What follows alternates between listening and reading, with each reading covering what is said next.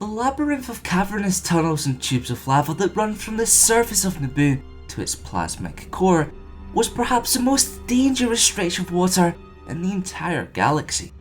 Even the most experienced Gungan explorers and navigators chose to avoid the Naboo Abyss for its extreme heat and the very fact there was always a bigger fish. Welcome to the Gungan Star Wars Lore Episode 188, The Sea Creatures of Naboo.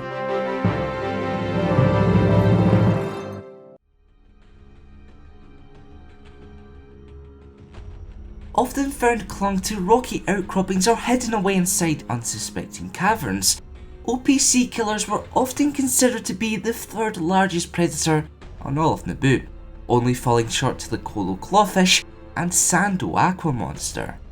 Their average length of 20 meters certainly struck fear into the hearts of most, but it was perhaps their method of catching prey that truly unnerved inexperienced and veteran navigators alike. Indeed, by sucking water through their mouths and jet propelling forwards, the vicious crustacean rapidly accelerated to its victim before unleashing its massive, adhesive tongue. They were then drawn into the Opee's gaping maw of multi-road teeth. But if that wasn't horrifying enough, each beast came equipped with tough, chitinous hide that was strong enough to deflect small arms blaster fire. This made Opee sea killers as aggressive as they were persistent and unafraid of larger predators. As a matter of fact, every single member of the species were said to be incredibly independent and self-sustainable, even from the day they were born, an evolutionary drive activated after a total of 3 months of incubation entirely inside the mouth of male Opees.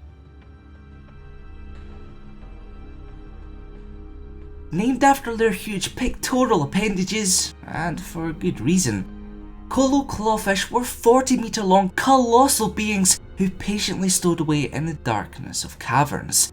They did so as a means of concealment, at least until the inevitable point in time where another fish stumbled upon them. When this occurred, the unfortunate victim was blasted with a disorientating hydrosonic shriek.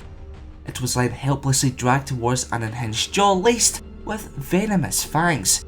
I say unhinged not as a metaphor, but rather literally, as each creature could open their mouths wide enough to swallow whole anything it so desired.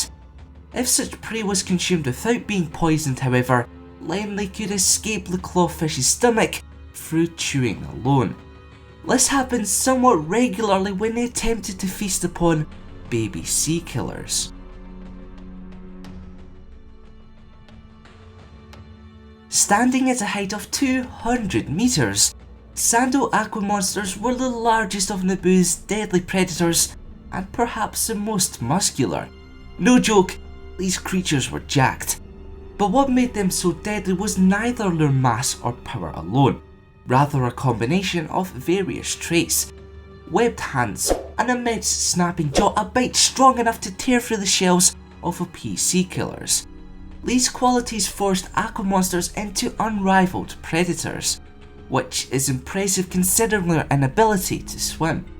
Indeed, the feline-like mammals were so poorly streamlined that they had to traverse across the ocean floor, using their massive finned claws to do so.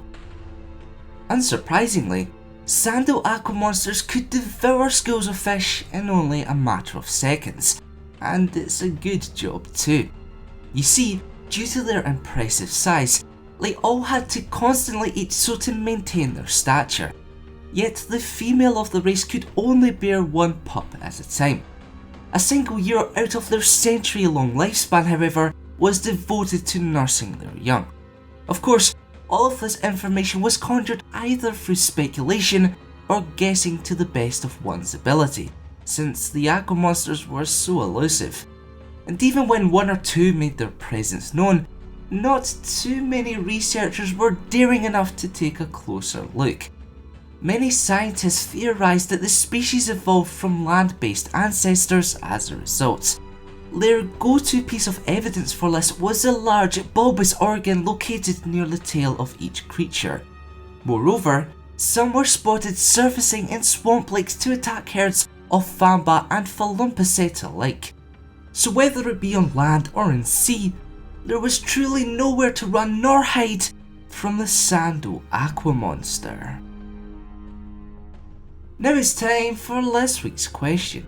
Providing they were all the same length and weight, which of today's sea creatures do you think would reign supreme in a triple threat battle royale? Let us know in the comments below. Remember to vote for next week's episode by participating in the card poll on screen now. Also, to have your say in future lore videos, head on over to theCaragazans.com and get voting. If you learned something new from today's video, be sure to leave a like. And for weekly lore content, press that subscribe button and notification bell to keep it locked here to the Gungan.